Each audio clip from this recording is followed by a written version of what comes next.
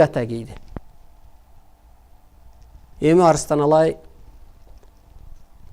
материя Кудай катары анан эмне деди? Кытайды мен соттойм деди. Шпиондор айткыла Кытайга. Себеби ошол жакта бирөө Кудаймын деп эле соттоп атат. Россиянын президенти келди.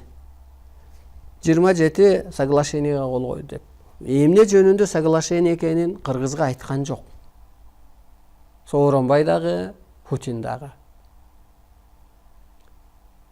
Анан ошо кезде уранын казам дептир, жер үйдөгү алтынды казам дептир. Жок, Кыргызды таанып келсин, Кыргыз Кудай болгонун билсин. Кудай арбай алам Кыргызды ийгенин билсин. Болбосо эмне кылам мен? Жердеги Кудай катары табият аркылуу кырсыктырам. Экономикасын кыйын сынган экология аркылуу базам. Арыстан Алайдын керемет куралы эмне? Улуу күчтөр. Мындай элестетиңиздер. Бир мазар ээсинин канча керемет сыйкыры бар. Бир ата тек арбайдын канча керемет сыйкыры бар. Ошонун баары чындык үчүн түштү. Кудай жерге түшсө, Арыстан Алайды кийсе, анан Арыстан Алай арбайлардын ханы деген ошол. Анан эмне кылды? Мына дүйнөнү тегеретип атат, тегиздеп атат. Мына жалган дүйнө бүтүп атат. Жалган адамдар камалып атат, кырсыктап атат, жалганчылыгынан чыга албай атат, а чынык адамдар аздыр көптүр өсүп атат. Кыргызстанда эле өсүп аткан жок. Арыстан Алайдын аурасына адамзат кирип кетет деп берилет ааламдан. Мына Гонконгдо чындык деп чыгып атат бир группалар. Мектептин окуучуларынан баштап, студенттен баштап. Европада чыгып атат. Россияда чыгып атат. Чындыкты издеп чыгып атат аларчы. Алар пулду бер деп аткан жок, чындыкты издеп атат. Выборго биз катышышыбыз керек эле мындай деп. Президент эмне деди? Старый, глупый президент деди. Мына көрдүңүзбү? Ошентип чындык чыгат экен дагы жалган дүйнө бүтөт. Асманда эчтеке жок. Арыстан Алай ок дейт. Ок деген ос. Табият дагы, аалам дагы, адамзат дагы ошого карап айланат. Чындыкка карап айланат. Анткени эмне болду? Кудайдын энергиясы келип, Арыстан Алайдын телосын кийип алды. Арыстан Алай сот. Президентти да соттойт, жалган дүйнөнү да соттойт, жеп ичкендерди да соттойт, мына соттолуп атат. Дүйнөнү соттойт. Анткени ал жаралган жалгыз ал инсан. Кыргыз дүйнөнү эмне менен башкарат экен? Ошо Арыстан Алай аркылуу башкарат экен. Мурунку ошо эл башына күн түшкөндө мейли кайсы улуткабы, уругабы баатыр келген. Анын ошондой душманы болгон, ошондой жеңишке жеткен, ал бир чындыкты орноткон. Иш болгон кадимкидей ал келгенде дагы. Ал да ошол кыйынчылык убакта келген. А бирок анын керемет куралы эмне болду эле? Кылыч, найза, жоокер, эл үчүн, улут үчүн, урус үчүн күйгөндөр болгон.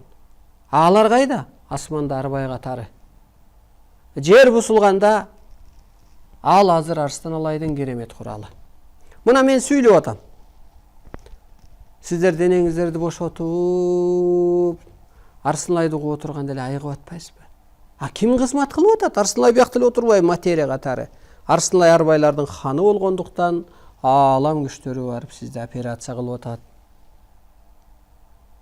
Улуулукка калыптандырып атат. Акыл сезимиңизди өстүрүп атат. Энергия өткөрүп атат. Муну караңыз.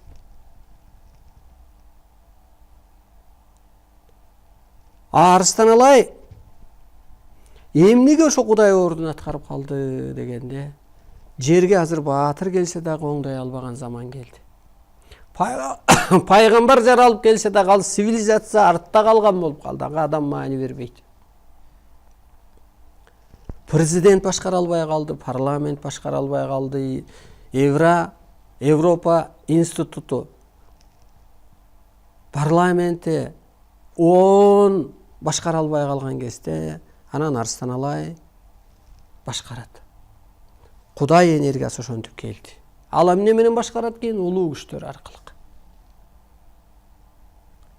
Кайра жана мисалга карасак, ошо Эргешбай ата менен тело журулушкандай, энергиясы менен бир тело журулушкандай, Арыстан Алайдын энергиясы менен телосу журулушуп алды. Ошон үчүн Арыстан Алай ушинтип оолугуп, духу бийик, ишеничтүү сүйлөп жатат. Арыстан Алай чыныгы дүйнөнүн жолун ачуучу, жалган дүйнөнүн жолун жабуучу жалгыз сот деп берилет. Чын эле мына чыныгы дүйнө ачылып атат, жалган дүйнө жабылып атат.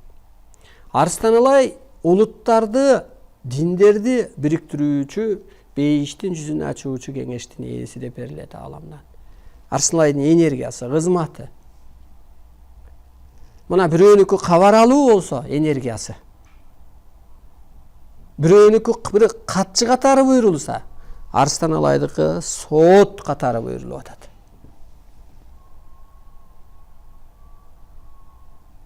Ошон үчүн алтын доор бул Кыргыздын доору деген ошол. Кыргыз ошо ааламдын ролун аткарат деген ошол.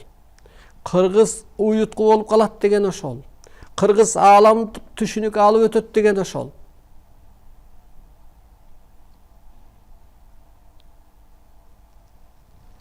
Эгер мындай кудурет берилбесе, адамзат бирикпейт эле. Арыстан Алайга берилген кудурет. Же болбосо тетрисинче ойлойлу. Кудай келди дагы бир адамды кийди, эми Арыстан Алайдын ооз аркылуу сүйлөп, жана ата жолундагы ак куудан бата чыккандай. Арыстан Алайдын айтканын көк асман жерине жөлөмө күчтөр коштоп колдоп мөөр басып берет дейт.